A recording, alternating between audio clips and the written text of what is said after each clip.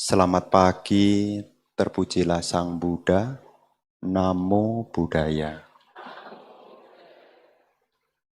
Merupakan keberkahan bagi kita, di pagi ini kita dapat kembali menggunakan sebagian waktu yang kita miliki untuk kembali memperkokoh keyakinan kepada Tiratana, mengingat kembali ajaran-ajaran luhur Guru Agung Sang Buddha. Dan pada kesempatan hari ini kembali kita memiliki kesempatan untuk belajar Dhamma ajaran Sang Buddha. Para bapak dan ibu, saudara-saudari sekalian, tentu menjadi satu hal yang baik ketika kita melakukan puja bakti. Selain kita membaca parita, adalah sangat baik sekali ketika kita punya kesempatan untuk mendengarkan Dhamma. Dikatakan di dalam Anguttara Nikaya kelompok 5 tentang manfaat dari kita mendengarkan Dhamma. Disebutkan ada 5 manfaat ketika seseorang mendengarkan Dhamma. Yang pertama adalah mendengar apa yang belum pernah didengar, asutang sunati. Yang kedua, memperjelas apa yang pernah didengar, sutang parioda peti. Menghilangkan keraguan-raguan, kangkang witarati. Meluruskan pandangan yang keliru, diting ujung karoti. Dan membuat batin menjadi bahagia, cita masa pasidati. Jadi ibu, bapak, saudara-saudari sekalian, tentu kita mendengarkan Dhamma ini tidak lain adalah untuk 5 hal ini.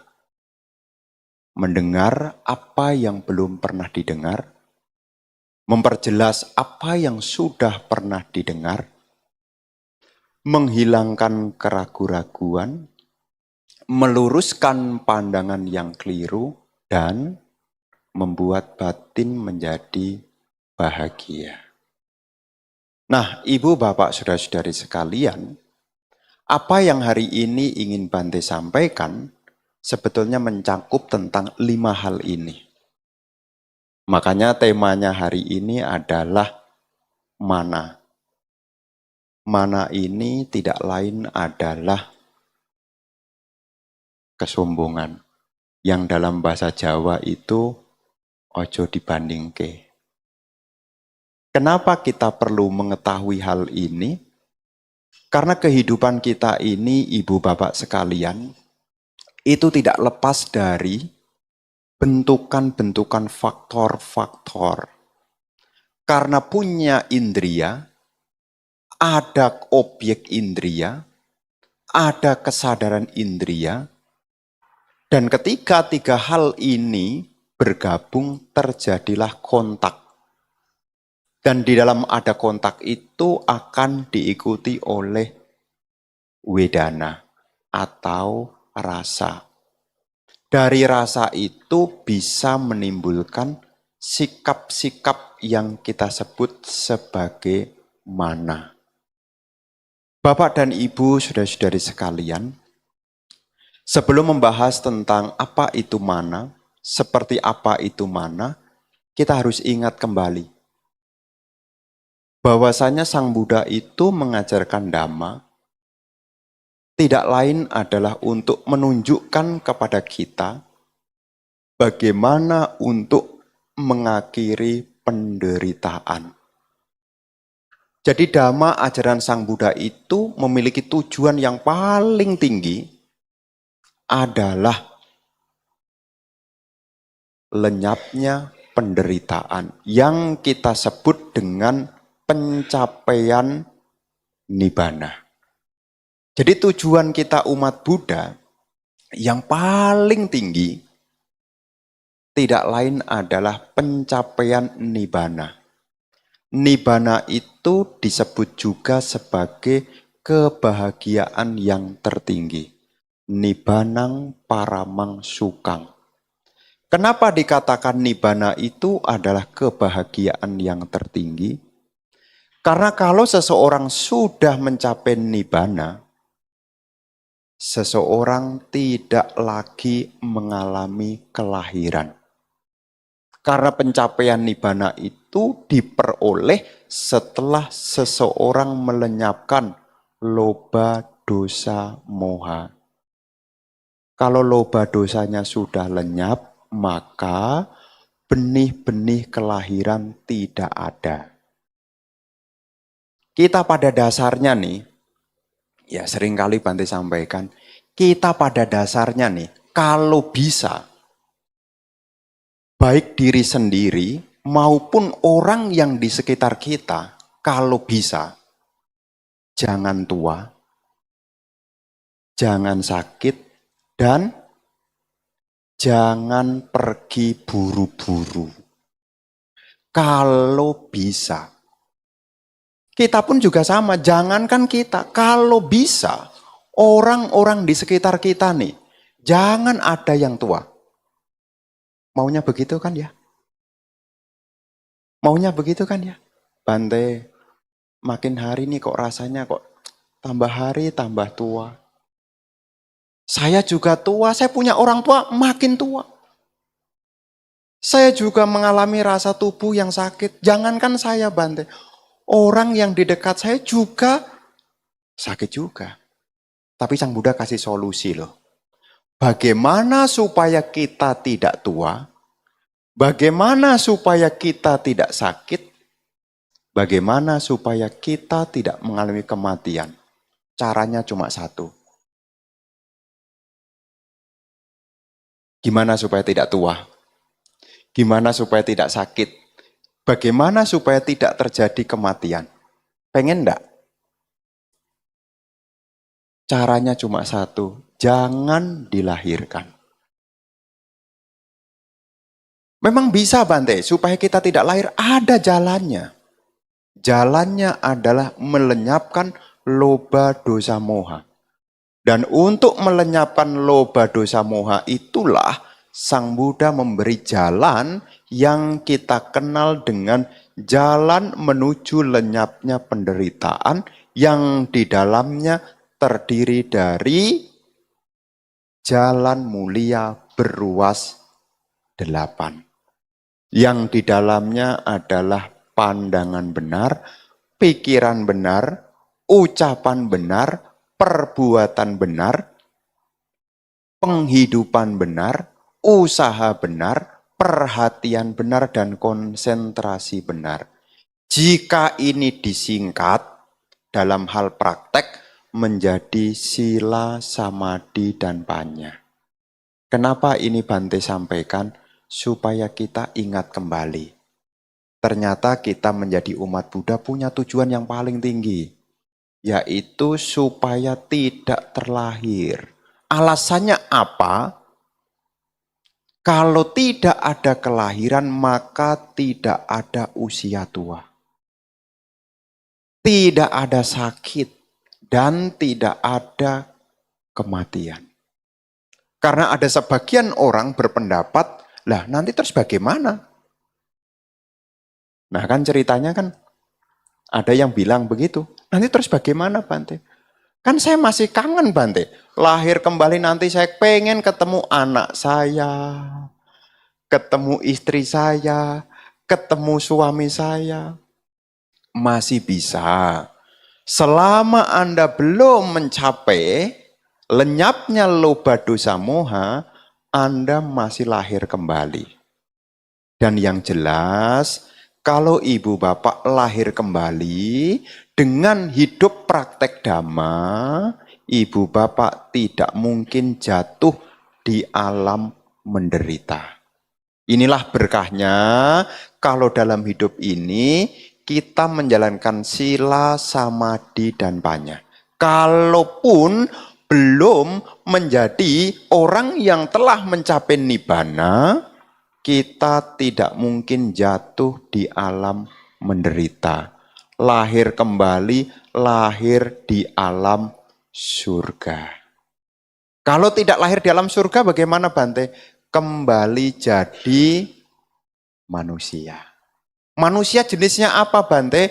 Kalau hidup sesuai dengan Dhamma, praktek sesuai dengan Dhamma, jadi manusianya juga tidak banyak menderita. Ada penderitaan tapi tidak banyak. Itu yang disebut dengan punya kebajikan. Punya kebajikan ya masih menderita, tetapi menderitanya tidak terlalu banyak jika dibandingkan tidak punya kebajikan. Nah, ibu bapak saudara-saudari sekalian, kalau seandainya nanti berbicara yang akan datang, dengan kita praktek Dhamma, tidak jatuh di alam menderita, lahir kembali di alam yang bahagia. Yang ketiga, dengan kita praktek Dhamma sekarang, maka sekarang penderitaan ini bisa kita kurangi. Nah, salah satu yang menjadi hal yang muncul yang membuat kita menderita, salah satunya nih adalah bentukan-bentukan pikiran yang tidak baik. Yang disebut dengan mana. Di dalam Abhidhamma, bagian dari cetasika, di situ ada penjelasan tentang 14 jenis pikiran-pikiran yang tidak baik. Jadi ada 14 jenis pikiran-pikiran yang tidak baik. Nah, salah satu dari 14 pikiran yang tidak baik ini, salah satunya adalah mana. Makanya kalau ibu bapak muncul yakni mana, sikap membandingkan, itu sebetulnya menjadi akar dari ketidakbahagiaan. Ya, jadi ada 14. Salah satu dari 14 pikiran yang buruk adalah mana. Kapan Bante munculnya mana? Ketika pintu indria ini ketemu dengan objek. Kalau ibu bapak melihat keluar, maka kecenderungan yang muncul adalah membandingkan. Kalau melihat keluar. Kita umumnya lebih banyak melihat ke dalam atau lebih banyak melihat keluar. Makanya itulah gunanya meditasi. Supaya hidup Anda selain melihat keluar, Anda juga mesti ingat melihat ke dalam. Ada dalam bahasa umum yang pernah Bante tulis dalam status. Apa salah satunya? Seringkali kita fokus mencari jalan keluar, sampai-sampai kita lupa kembali jalan ke dalam. Jadi lihatnya keluar, keluar, keluar. Jadi salah satu yang menjadi produk penghasil ketidakbahagiaan itu ketika kita melihat keluar. Kenapa kok dari melihat keluar itu bisa menimbulkan ketidakbahagiaan? Biasanya kalau kita melihat keluar, yang muncul adalah sikap-sikap penilaian. Yang dalam bahasa sosial namanya social comparison. Jadi kalau lihat keluar, langsung ada nilainya tuh. Ya, kalau Anda lihat keluar, pasti ada nilainya. Ya.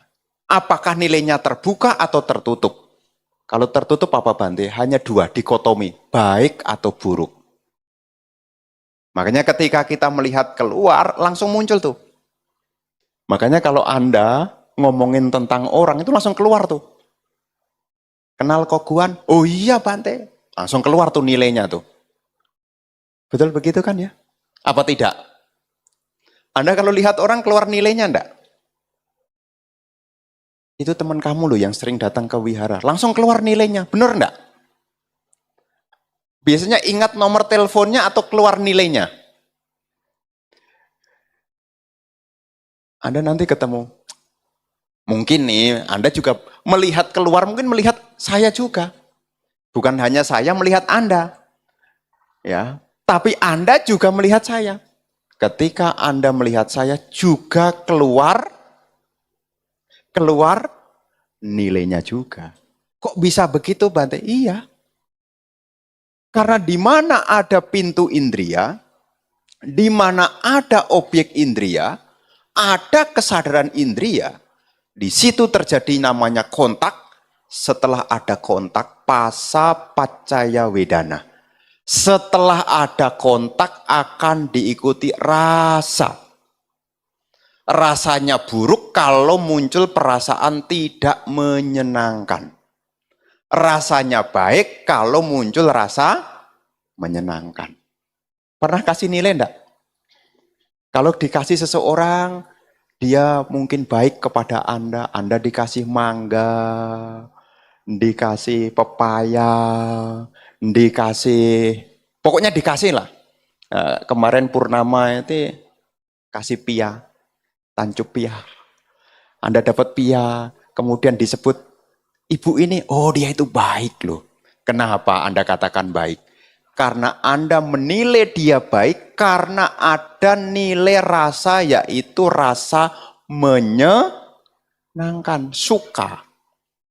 Jadi Anda kadang-kadang juga bisa gelap mata, kalau Anda terbawa oleh rasa. Makanya kalau orang sedang jatuh cinta, dikasih nasihat itu semua nilainya bagus sekali. Oh dia itu begini-begini, enggak lah, dia itu mah enggak begitu. Tapi kalau sudah putus, dia itu baik, apanya yang baik?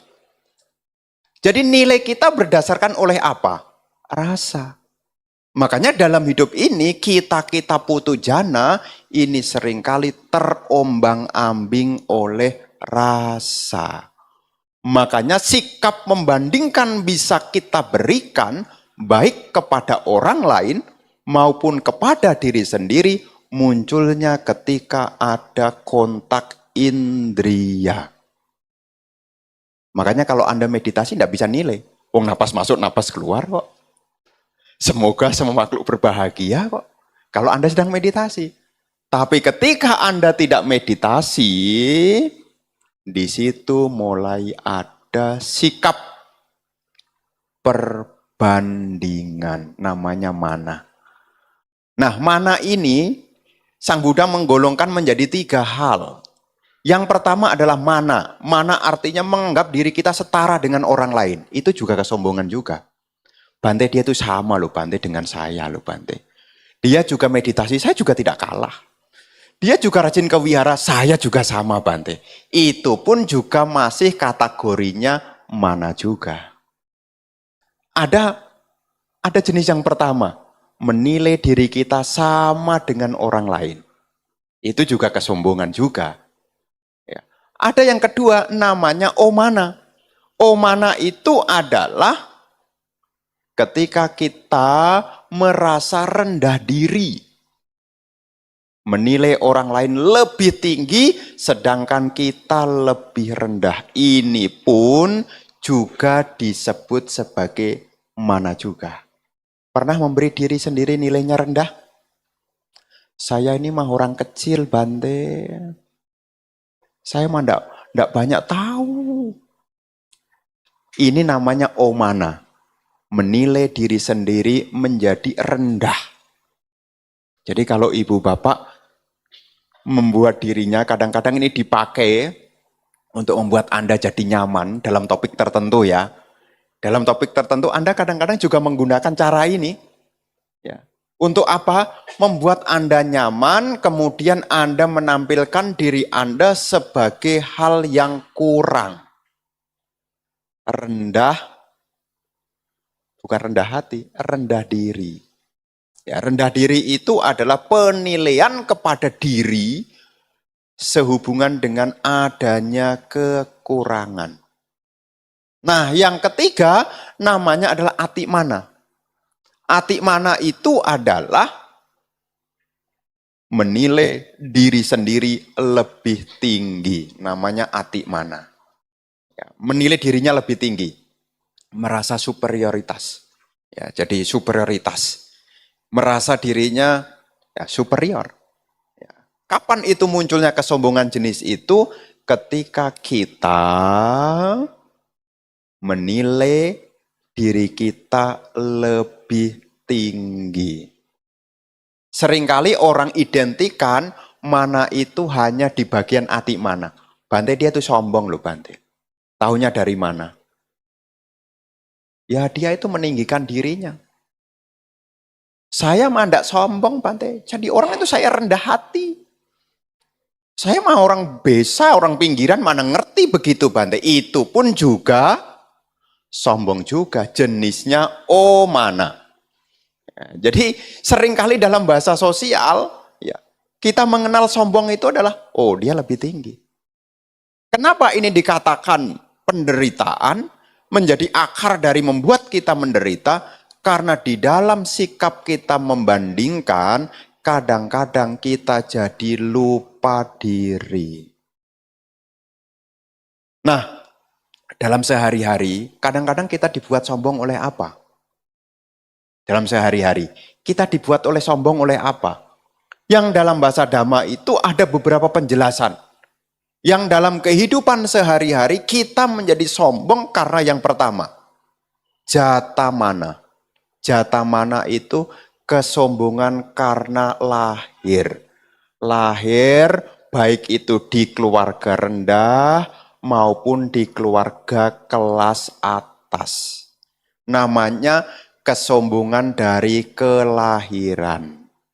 Jadi sikap kita membandingkan orang lain dengan diri kita berdasarkan dari lahir. Ya, ini namanya jata mana. Ya, ada juga orang bisa jadi sombong karena dalam bahasa Dhamma namanya dana mana. Dana itu sombong karena punya kekayaan. Namanya dana. Ya, DHNA. DHANA. Dana mana? Kesombongan karena kekayaan. Meliputi lebih maupun kurang. Jadi ketika kita membandingkan tentang kekayaan yang kita miliki dengan orang lain, ya itu pun juga sebagai bagian dari dana mana. Dan yang ketiga adalah rupa mana. Rupa mana itu adalah kesombongan dari rupa. Rupa itu tidak hanya penampilan, termasuk juga suara.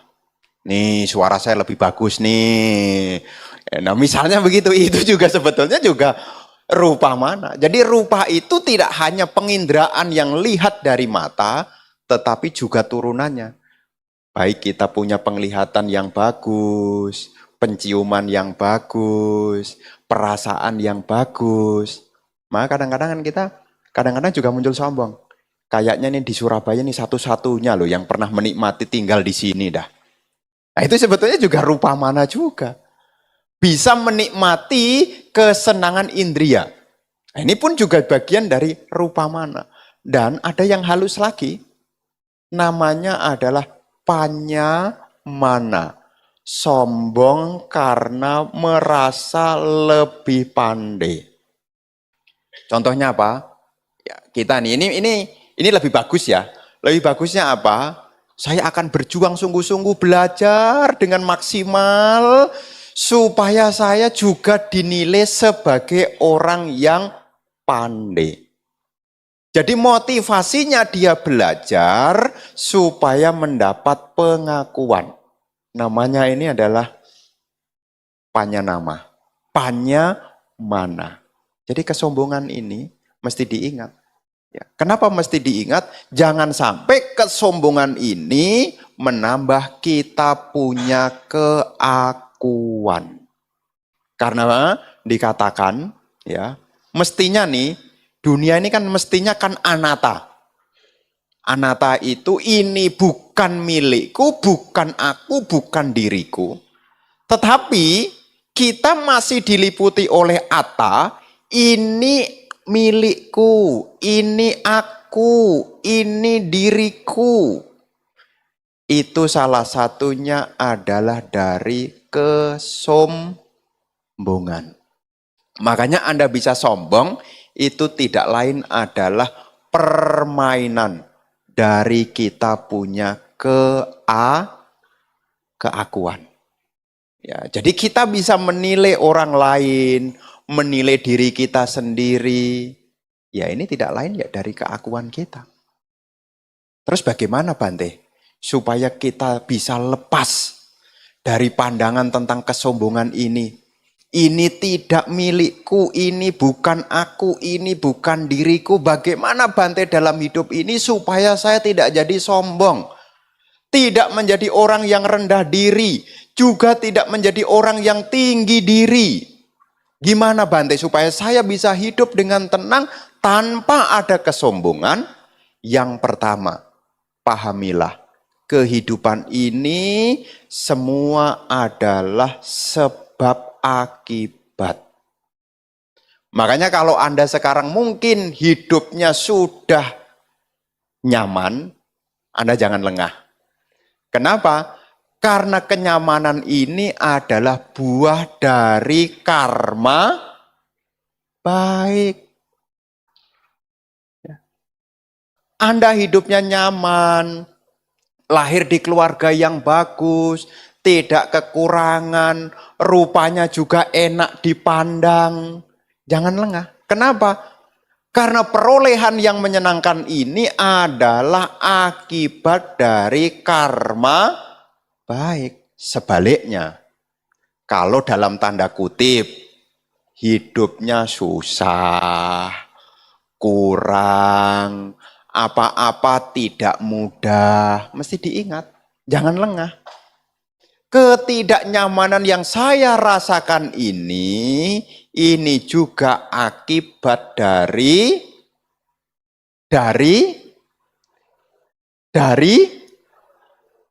kalau tidak nyaman. Kalau tidak nyaman, ingat tentang karma buruk sedang berbuah. Kalau karma buruk sedang berbuah, apa yang dilakukan? Kalau karma buruk sedang berbuah, lahir di keluarga kurang menguntungkan, sulit ini, sulit itu, sadar tentang kekurangan, apa yang harus dilakukan? Kalau ingat dhamma, berbuat baik. Kalau tidak ingat dhamma, mulai membandingkan. Duh, nasib. Dulu sudah susah, sekarang susah, ketemu orang susah lagi. Dodo nasib. Nah, mesti diingat, kalau tidak nyaman, harus sadar, ini karma buruk sedang berbuah. Terus, bergegas untuk berbuat baik. Karena sikap membandingkan tidak akan membawa perubahan. Sikap membandingkan tidak akan membawa perubahan. Yang membuat perubahan itu kalau kita melakukan hal-hal kebajikan. Ingat, kebajikan itu tidak selalu berdana. Nanti kalau Anda berpikir kebajikan itu hanya berdana, nanti kasihan orang-orang yang tidak punya kesempatan berdana. Kebajikan itu berbicara yang menyenangkan, itu juga kebajikan. Berpikir yang baik, itu juga kebajikan. Menjalankan sila dengan baik, itu juga kebajikan. Makanya di dalam Nidi Kanda Sutta nanti kalau bulan Katina, ya sadane nak silenak sanyamenak damenaca nidi sunihito hoti itiak purisa sawa. Kebajikan dari berdana, memiliki perilaku yang baik, menjauhkan diri dari keburukan adalah simpanan harta sejati bagi wanita maupun pria. Jadi dalam hidup ini supaya kita tidak dikuasai oleh sikap membandingkan, yang pertama ingatlah, semua yang muncul ini adalah rentetan dari sebab akibat, kama dan wipaka. Jadi kalau yang sekarang merasa mungkin ada kurang, sadar. Wah, dulu saya banyak melakukan keburukan, maka hasilnya jadi begini. Ya, demikian pula kalau sekarang yang ada kemudahan, jangan lengah. Sadar bahwasanya ini juga akibat dari kebaikan. Jadi apa yang kita terima ini sesungguhnya adalah hasil dari kama dan wipaka. Ada buah, itu ada karena ada menanam. Namanya kama itu action, tindakan. Karena ada tindakan maka ada buahnya. Nah seringkali kita hanya fokus pada buahnya sampai-sampai tidak ingat cara menanamnya. Nah, jadi kadang-kadang, wah dia lebih enak. Nah itu mulai membandingkan tuh. Mesti diingat, semua ini tidak ada yang kebetulan. Makanya Sang Buddha mengajarkan kita tentang jangan berbuat jahat, tambah kebaikan. Karena semua yang kita tanam akan kembali kepada kita yang menjadi pelakunya. Jadi kalaupun saya berhasil, sukses, ya saya tidak usah sombong juga. Kenapa? Ini juga akibat dari usaha-usaha apa yang aneh. Tidak ada yang bisa sombongkan. Dan kita harus sadari yang kedua. Selain yang pertama kita sadar tentang kama dan wipaka, mesti sadar. Supaya kita tidak sombong, sombong tidak berkembang. Yang kedua mesti ingat hukum yang pasti adalah hukum tentang ketidakkekalan. Semua ini sifatnya tidak kekal. Apa yang kita sombongkan? Coba, apa yang kita sombongkan? Kalau semuanya tidak kekal, apa yang kita sombongkan? Semua ini ibaratnya cuma barang pinjaman kok. Kalau tiba saatnya akan diminta. Namanya barang pinjaman kok. Kalau diminta kira-kira sedih enggak? Mestinya. Kalau barang pinjaman. Mestinya. Kalau barang pinjaman dikasih pinjam ke kita, kemudian diambil lagi. Kira-kira sedih enggak? Nih contoh nih, ini kan harinya Minggu. Siapa tahu sore ada kondangan enggak? Sore ada kondangan enggak? Enggak ada. Misalnya sore ada. Anda datang ke kondangan. Terus Anda bawa gelang. Oh, gelangnya emasnya itu 1, 2, 3, 4, 5. Misalnya 5. 5 kanan, 5 kiri. Kira-kira jalannya bagaimana? Bentar-bentar, betulkan rambut. Nah, di tempat kondangan ketemu sama yang punya. Kamu bawa gelang pas kebetulan nih. Kembalikan. Kira-kira bagaimana? Kira-kira bagaimana? Ikhlas diminta? Ikhlas diminta? Ikhlas diminta? Kita pakai cara berpikir. Ikhlas diminta? Itulah karena ketidaktahuan. Kita semula sudah sombong. Sombong karena kita punya kekayaan. Sombong karena kita punya penampilan. Tiba saatnya terkena perubahan. Ikhlas enggak? Yang dulunya muda pelan-pelan. Yang semula rambutnya hitam pelan-pelan mulai putih-putih. Ikhlas enggak? Ikhlas enggak? Ingat loh ya, yang nempel di tubuh kita ini semua barang pinjaman. Namanya barang pinjaman satu-satu harus dikembalikan. Kira-kira kalau satu-satu diminta yang semula hitam tinggal putihnya, hitamnya diambil oleh alam, kira-kira ikhlas enggak? Mestinya dari jauh-jauh hari sudah paham bahwasanya dalam hidup ini tidak ada yang perlu kita sombongkan. Kenapa? Karena dalam hidup ini semua terkena perubahan. Suara yang merdu nanti bisa berubah juga jadi serak. Kebanyakan makan gorengan. Bisa serak juga. Apa yang kita sombongkan? Yang semula badannya segar, senam pagi, senam itu. Nanti ketika 60 boro-boro senam. Ya diminta gerakan begini. Nggak bisa juga. Apa yang kita sombongkan? Makanya salah satu nasihat Sang Buddha untuk menyadari supaya kita tidak menjadi sombong. Kita mesti ingat semua tidak ada yang kekal. Jadi selain kita tahu ini adalah sebab akibat, ya, yang berikutnya adalah kita tahu semua ini tidak ada yang kekal. Makanya Sang Buddha itu di dalam syair Dhammapada 221, nah ini nanti dibuka nih, Dhammapada 221. Nah, itu ada cerita yang bagus tuh. Dhammapada 221, kisah Putri Rohini. Di situ Sang Buddha memberi nasihat, hendaknya seseorang menyingkirkan kemarahan. Hendaknya seseorang menyingkirkan kemarahan. Hendaknya seseorang melenyapkan belenggu. Dengan tidak lagi melekat pada tubuh dan batin, seseorang tidak akan lagi mengalami penderitaan. Nah, di zaman Sang Buddha ini, ada murid Sang Buddha yang cukup terkenal juga, namanya Bante Anuruddha. Bante Anuruddha. Bante Anuruddha ini adalah salah satu dari murid Sang Buddha yang tersohor dalam hal mata kedewaan. Beliau punya mata kedewaan.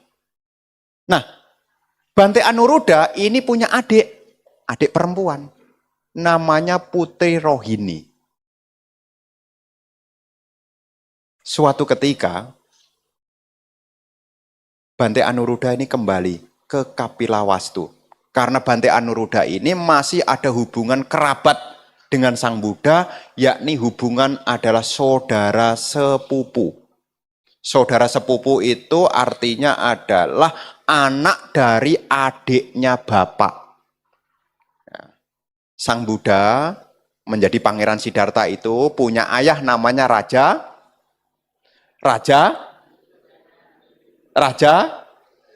Suddhodana. Berarti Anda sudah bagus lah, riwayat hidup Buddha Gautama sudah bagus nilainya. Ya. Jadi Pangeran Siddhartha punya ayah namanya Raja Suddhodana. Raja Suddhodana itu punya adik. Nah, salah satu dari adiknya Raja Suddhodana itu punya anak. Anaknya adalah Bante Anuruddha. Bante Anuruddha itu punya adik perempuan yang bernama Putri Rohini. Suatu ketika Bante Anuruddha datang ke Kapilawastu, saudara-saudara datang. Ya biasalah. Ya karena terus terang antara Kapilawastu dengan Jetawana itu jauh loh. Jadi Jetawana itu Sawati, dari Sawati menuju Kapilawastu itu jauh. Ya. Karena lama tinggal di Jetawana, ya Anatapindika di kota Sawati itu, ya perjalanan ke Kapilawastu. Nah di saat Bante Anuruddha datang di Kapilawastu, saudara-saudara datang. Tapi ada satu saudaranya yang tidak datang, yaitu Putri Rohini. Kenapa Putri Rohini tidak datang? Karena Putri Rohini ini malu. Malu karena Putri Rohini ini terjangkit penyakit kusta. Penyakit kusta. Tahu kan ya penyakit kusta?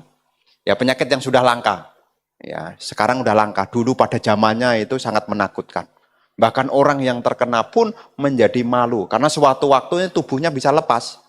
Jarinya bisa copot. Ya. Nah, kemudian Bante Anuruddha meminta agar Putri Rohini ini datang. Karena masih adiknya. Kemudian Bante Anuruddha bilang, jualah kamu punya pakaian, jualah kamu punya perhiasan, sebagian kamu jual, dan berdanalah untuk membuat kuti. Nah, Putri Rohini ini berdana. Ya, emasnya dijual, baju-bajunya yang berharga juga dijual. Untuk apa? Berdana. Dan Bante Anuruddha bilang, Putri Rohini ini dibantu oleh saudara-saudaranya. Kenapa berani menyuruh? Ya karena adiknya. Ya kalau seorang biku itu boleh meminta kalau ada hubungan kerabat. Kecuali umat yang berpawarana. Andai kata tidak ada umat yang berpawarana, seorang biku itu boleh minta sama saudaranya. Nah, Putri Rohini ini sakit. Sakitnya sakit lepra, kusta itu. Kemudian diminta. Kamu jual perhiasanmu, kamu jual pakaianmu, nanti kamu dana buat kuti. Dan saudara-saudara Bante Anuruddha itu, kamu bantu ini. Setelah proses pembangunan selesai, yang meresmikan adalah Sang Buddha. Sang Buddha bertanya, siapa yang membangun kuti ini? Semua diam. Putri Rohini tidak berani berbicara. Kenapa? Karena Putri Rohini itu juga masih malu. Kenapa malu? Karena sedang sakit. Kemudian diminta datang. Putri Rohini diminta untuk datang. Pada saat Putri Rohini datang, Sang Buddha menceritakan, dulu kamu bisa mengalami sakit seperti ini, dulu kamu adalah istri dari Raja Benares. Dulu dia itu permaisuri. Permaisuri itu adalah istri dari raja. Raja itu punya salah satu di kerajaannya itu ada seorang wanita yang pandai menari. Nah, terus Putri Rohini yang saat itu jadi permaisuri melihat raja sangat kagum. Ya namanya juga raja, raja itu bebas. Ya kalau zaman sekarang sultan itu bebas kan gitu ya. Nah, lihat penarinya itu, raja sangat suka. Dan mulai membandingkan. Nah ini ceritanya nih. Permaisurinya mulai membandingkan. Raja kok sudah mulai seneng melihat penari itu daripada aku. Nih ini bahaya kesombongan nih. Kok dia sudah mulai tertarik dengan penarinya. Mulailah berpikir. Saat mulai pembandingan muncul, api cemburu keluar.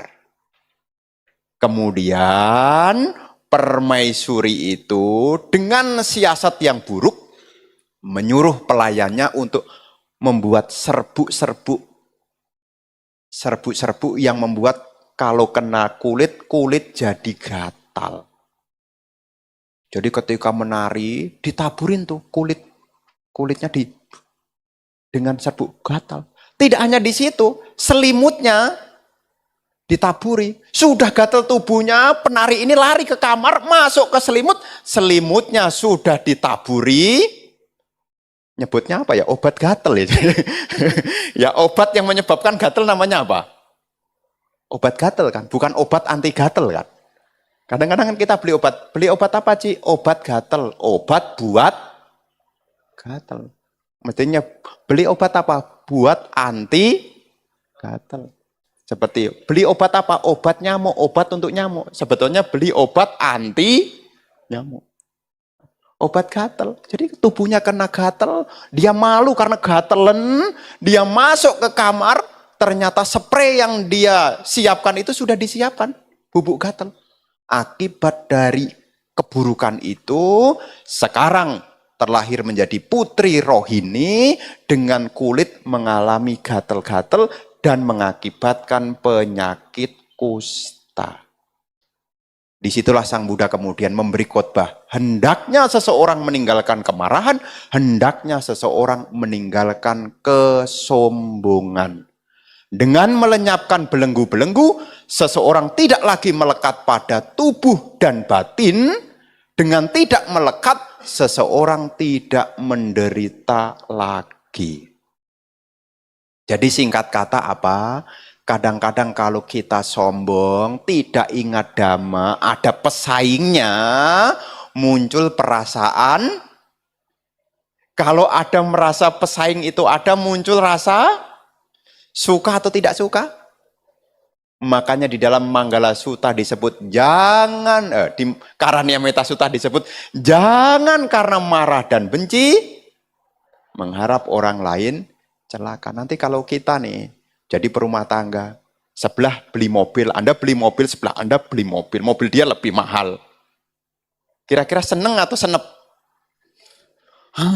Saya aja belum lunas, dia beli lagi. Nanti mulai siasat buruk mulai muncul. Mulai gangsangin paku.